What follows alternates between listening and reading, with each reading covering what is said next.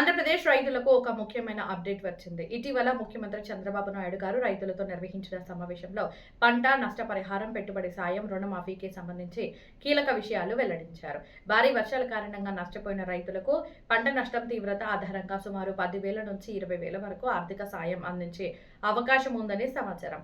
వరి, అరటి, కొబ్బరి, నిమ్మ వంటి పంటలో నష్టపోయిన రైతులకు ప్రభుత్వం నష్టాన్ని అంచనా వేసి నేరుగా బ్యాంకు ఖాతాల్లోకి సాయం జమ చేసే విధంగా చర్యలు తీసుకుంటోంది.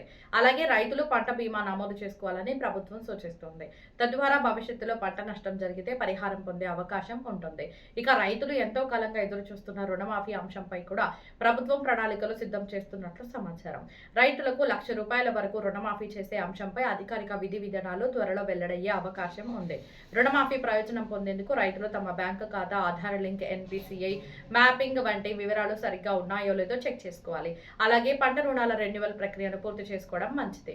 రైతులకు సంబంధించిన ఈ ముఖ్యమైన సమాచారం మీకు ఉపయోగపడితే ఇతర రైతులు కూడా షేర్ చేయండి. ఇలాంటి ప్రభుత్వ పథకాల తాజా అప్డేట్స్ కోసం డిఆర్ ఫోకస్ ఛానల్ను సబ్స్క్రైబ్ చేసుకోండి. ధన్యవాదాలు.